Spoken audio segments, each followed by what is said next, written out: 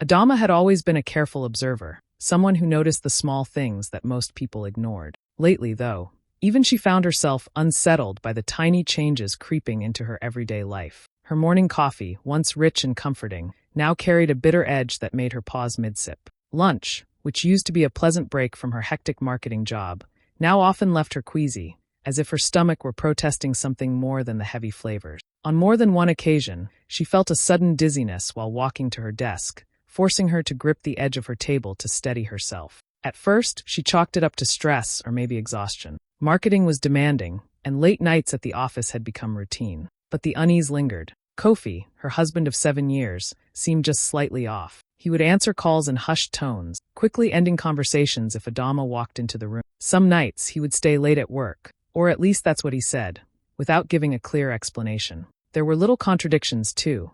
A text he claimed he hadn't sent, a receipt that didn't match his story, a name she didn't recognize in his phone. Each small inconsistency, when she pieced it together, gnawed at her gut. Adama knew stress didn't explain everything. Something was happening, something that didn't sit right, and the quiet suspicion growing in her mind was impossible to ignore. The feeling was subtle, like a shadow at the corner of her vision, but it was persistent, and she couldn't shake the sense that her life was quietly starting to unravel. Adama had always trusted Kofi completely. They had built a life together over 7 years, shared dreams and quiet mornings, laughter and struggles. But one evening, curiosity, and a strange unease she couldn't shake, led her to pick up his tablet while he was in the shower. At first, she meant to check something trivial, but a few swipes later, her heart sank. There they were, messages from a woman named Zainab, flirty, intimate, and full of familiarity that should have been reserved for. "You're special to me," one read. Another teased, "I can't wait to see you again." Each word stabbed at her chest,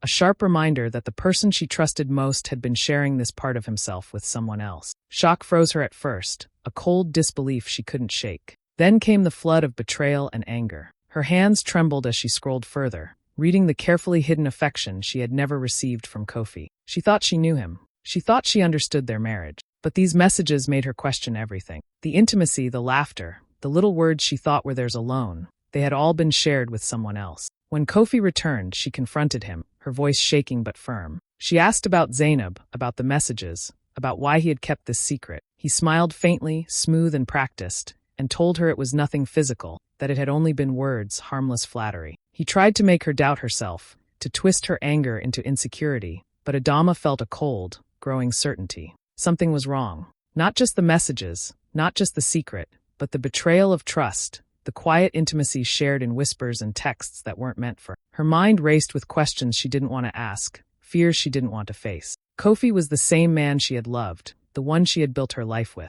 But now he was someone else, someone who could lie to her so effortlessly. It wasn't just infidelity, it was a breach of everything she believed about their marriage. The betrayal cut deep, like a wound she couldn't see but could feel with every heartbeat. And in that moment, Adama realized that her quiet suspicion from before had been just the beginning. Something larger, more dangerous, was unfolding, and she would need every ounce of strength to face it. Her trust had been broken, and the woman behind the messages, Zainab, was no longer just a name on a screen. She was a threat, a shadow looming over the life Adama had built. The realization made her stomach twist and her head ache, but it also sparked something fierce inside her, a determination to uncover the truth, no matter what it would cost. That evening, Adama was chopping vegetables for dinner when a wave of dizziness hit her, so suddenly she had to grab the counter to keep from falling. The knife slipped slightly in her hand, clattering onto the tiles, and for a moment, panic surged through her. Her head spun, her stomach turned, and she felt an uneasy, creeping fear she couldn't explain. At first, she thought it was exhaustion, or maybe a sudden drop in blood sugar, but something in her gut whispered that it wasn't just that. Something was wrong, and it had nothing to do with work stress. Later, as she tried to shake off the unsettling feeling, her neighbor, Amma, knocked on the door. Amma's voice was low and urgent. "Adama, I hope you're okay. I saw someone near your kitchen window earlier, a woman with a bottle. She looked like she was trying to." Amma hesitated, glancing nervously at Kofi. "Maybe she was going to put something in your food." Adama froze, her heart hammering in her chest. The pieces started to click together. The bitter taste in her coffee, the nausea that had been hitting her more often, the dizzy spells. A cold clarity washed over her. It wasn't stress, it wasn't coincidence. Someone was targeting her, and the thought of Zainab, that smiling, hidden threat she had discovered in Kofi's tablet, came to mind immediately. Panic surged, but beneath it, a a sharp determination took root. Adama's mind raced, thinking through every small thing she had noticed. The inconsistencies in Kofi's stories, Zainab's flirty messages, the mysterious calls. They were no longer abstract signs of betrayal. They were warnings. And now, with Amma's observation, the danger had a face. She couldn't ignore it. She had to protect herself, but she also needed to understand the full scope of what she was up against. She moved quickly, locking the windows, checking the doors, and making mental notes of who had access to her apartment. But fear alone wouldn't help her. She needed proof, a strategy. The thought of confronting Zainab directly was terrifying, yet the idea of doing nothing was far worse. As she sat at the table later, sipping cautiously from her coffee, her mind was sharp and alert. Every shadow seemed a threat, every knock or ring of the phone a potential danger. But along with the fear, there was a flicker of strength. She would find out what Zainab was planning. She would stop her. And above all, she would survive this. Adama realized that her life had changed in a single evening. The quiet suspicion that had haunted her for weeks had now become urgent action. She couldn't afford mistakes, not with her safety on the line. And as the night deepened around her, she felt the first stirrings of resolve. She would meet this threat head-on. Adama couldn't let fear control her anymore. She knew she had to act, but carefully. One careless step could be dangerous, maybe even deadly. So she started gathering evidence, quietly and methodically. She began by recording conversations with Kofi, making sure her phone was hidden in her bag while he talked on the phone or discussed plans she didn't fully understand. Every slip of the tongue, every nervous pause was a piece of the puzzle. Next, she turned to texts and social media. Zainab's online presence was surprisingly easy to track once she paid attention. Private messages, public comments, and even photos hinted at meetings or places that connected back to Kofi. Adama screenshot everything, storing it safely in a hidden folder on her tablet. Each new message that suggested intimacy or secret planning made her stomach tighten, but also strengthened her resolve. Adama also became meticulous about her own safety at home. She bought discreet testing kits online, ones that could detect toxins in food and drink without drawing attention. She started testing her coffee, water, even the small snacks she kept at her desk. The results were alarming. Traces of chemicals appeared in things she had consumed recently. It was subtle, not immediately deadly, but enough to confirm what she had feared all along. Zainab was trying to poison her. Every day, Adama's world became a careful balancing act. She had to maintain the appearance of normalcy, smiling at colleagues, chatting with neighbors, answering Kofi's questions, while secretly documenting every possible threat. The tension was exhausting. She found herself double-checking locks, watching for shadows, and mentally rehearsing scenarios of confrontation or escape. But even with the fear gnawing at her, there was a grim satisfaction in seeing the pattern emerge, in knowing she had proof and a plan forming piece by piece. She also began to notice small things she had overlooked before. Zainab's timing when calling Kofi, her sudden appearances near the building, her strangely personal questions about Adama's schedule. These observations, combined with the physical evidence from tests and recordings, painted a chilling picture. Adama wasn't imagining things. Zainab was actively targeting her, and Kofi's casual dismissal of the messages now felt like a dangerous blind spot.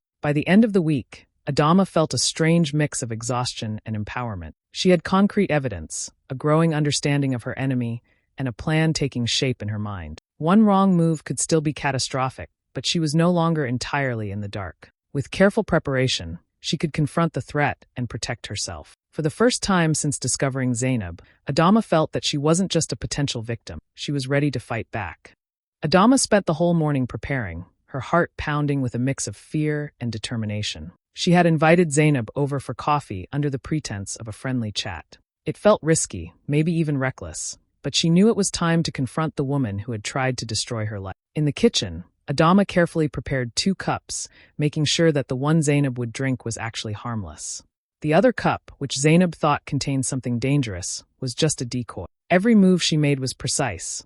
One mistake could blow everything. When Zainab arrived, her smile was bright but slightly forced, as if she sensed something was off. Adama greeted her warmly, offering the coffee with a casual tone, hiding the tension coiling in her chest. They sat in the living room, small talk filling the space at first.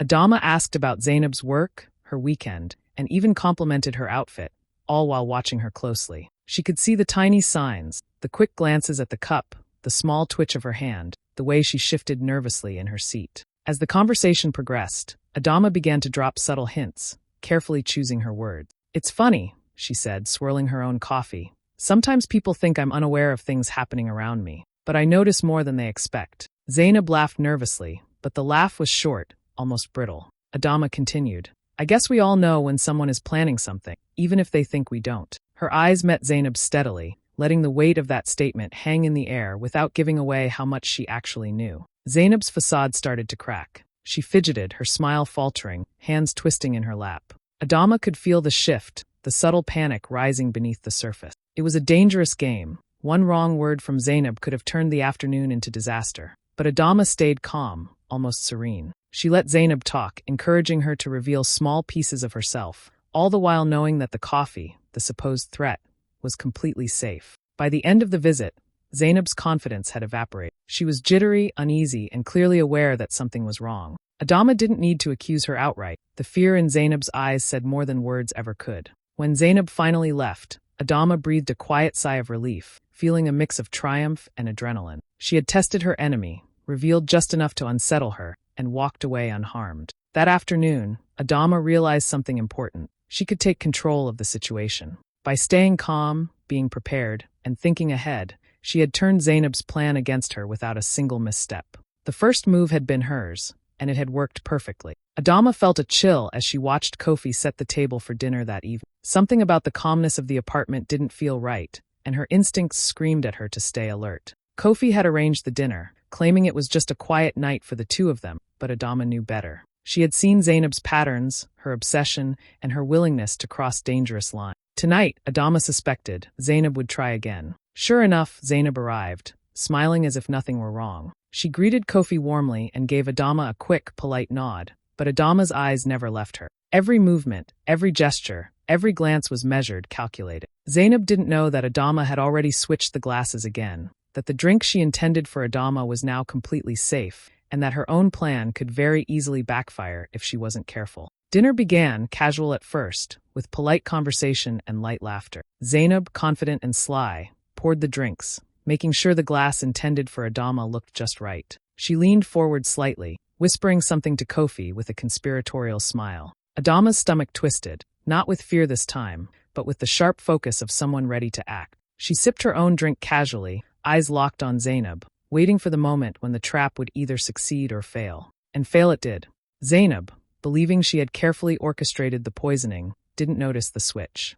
She raised the wrong glass to her lips, drinking the beverage she had intended for Adama. The reaction was immediate. Her eyes widened, panic flashing across her face as the realization hit. She coughed violently, nearly choking, and then collapsed onto the floor, clutching her stomach in agony. Kofi jumped up, shouting in confusion, while Adama remained calm, stepping closer only when she was certain Zainab wouldn't try anything else. Chaos filled the apartment. Kofi tried to help, but it was clear that Zainab's plan had utterly backfired. Adama watched quietly as the woman who had caused so much tension and fear writhed in panic, her own scheme destroying her. It was a surreal moment, seeing someone so cunning brought low by their own actions. Adama didn't gloat, she didn't need to, but inside a cold satisfaction settled. This was proof that careful planning, patience, and vigilance could turn even the most dangerous situation in her favor. By the time the ambulance arrived, Zainab was conscious but shaken, still realizing too late that her obsession had led to her downfall. Adama, sitting at the table, finally allowed herself to breathe.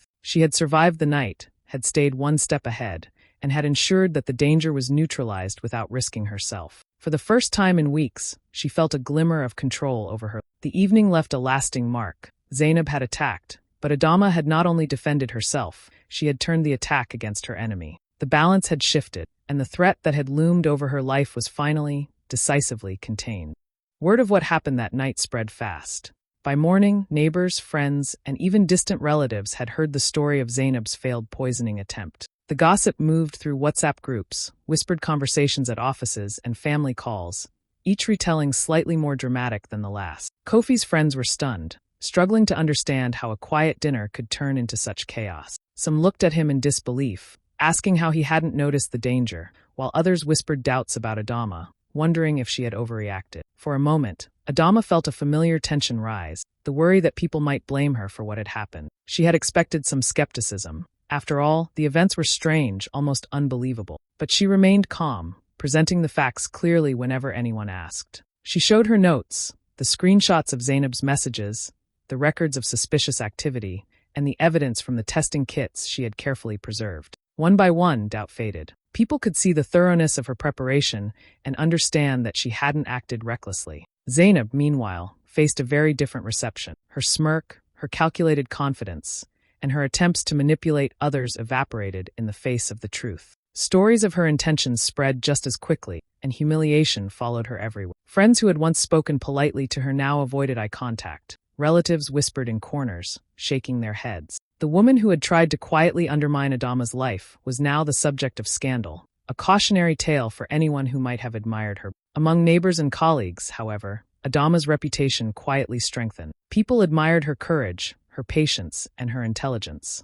She hadn't panicked, she hadn't lashed out recklessly, and she had acted in a way that protected herself and ensured the truth came out. Even those who had initially doubted her found themselves impressed by the clarity of her evidence and the poise with which she handled the fallout. Some began to reach out privately, expressing concern and support, while others started to see her in a new light, a woman who could face danger and come through unshaken. Through it all, Kofi had to confront the uncomfortable truth of what had been happening around him. Friends and family questioned him too, not just about the attack, but about his role in the deception and his failure to recognize the danger. Adama's calm strength contrasted sharply with his hesitation and confusion, highlighting just how much she had endured. By the end of the week, the social landscape had shifted. Zainab had lost credibility, her intentions exposed to everyone who mattered, while Adama emerged respected, quietly admired, and supported. The experience left a lasting impression, not just for the drama of what happened, but for the way Adama had faced danger with intelligence, courage, and dignity,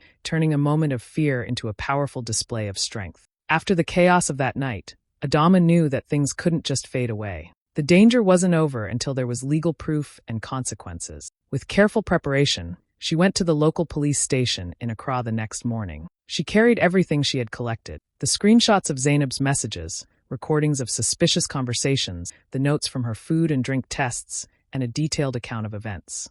Sitting across from the officer, she explained everything clearly, calmly, and without exaggeration. Each piece of evidence supported her story, leaving little room for doubt. The authorities listened carefully, asking questions about timing, the substances she had tested, and her interactions with Zainab. Adama answered everything honestly, aware that her credibility was crucial. By the end of the meeting, it was clear that Zainab's actions were not only dangerous but criminal. The police assured her they would take formal steps, and soon Zainab faced charges for attempted poisoning. Kofi, meanwhile, had to face the reality of his own choices. He couldn't escape the truth. His betrayal, combined with his failure to stop Zainab, had nearly destroyed the life they had built. Conversations with family, friends, and even law enforcement forced him to acknowledge the depth of what had happened. He grappled with guilt and shame, understanding that his inaction had consequences, not just for himself, but for Adama. Watching him process this was difficult for her, but it also reinforced her resolve to protect herself.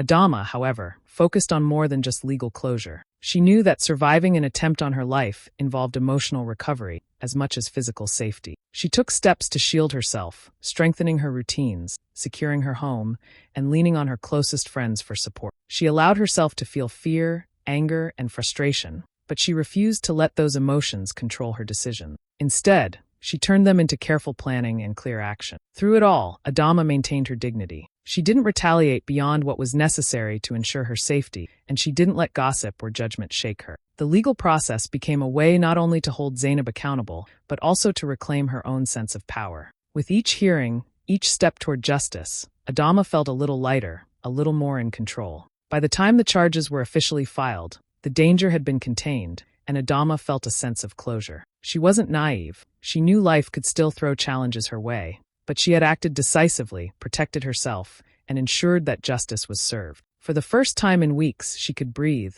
knowing that she had survived, that Zainab was accountable, and that she had emerged stronger, smarter, and more resilient.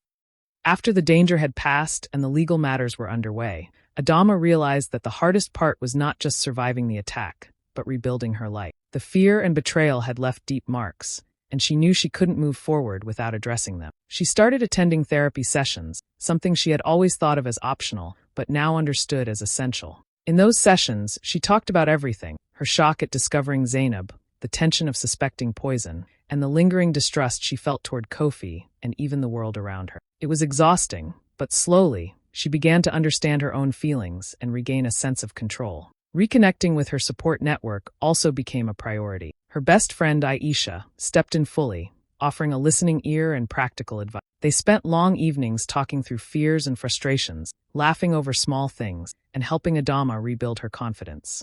Aisha reminded her that surviving such a traumatic event wasn't just about staying alive. It was about reclaiming joy and strength in her everyday life. With that encouragement, Adama began to feel a sense of normalcy return, though cautiously. Gradually, she decided to turn her experience into something meaningful. Drawing from her own near-tragic encounter, she started hosting small community events focused on empowerment and personal safety. She taught basic precautions, shared tips for recognizing dangerous situations, and emphasized the importance of trusting one's instinct. Her story became a quiet inspiration, a lesson without being preachy. People listened, asked questions, and appreciated the practical advice, while Adama felt a sense of purpose in sharing what she had learned the hard way. At work, she regained her focus, applying the same attention to detail and careful planning that had helped her survive the poisoning attempt. She found herself more aware of people's intentions, but also more confident in her ability to navigate challenges. Even Kofi, grappling with guilt, began to respect her strength and independence,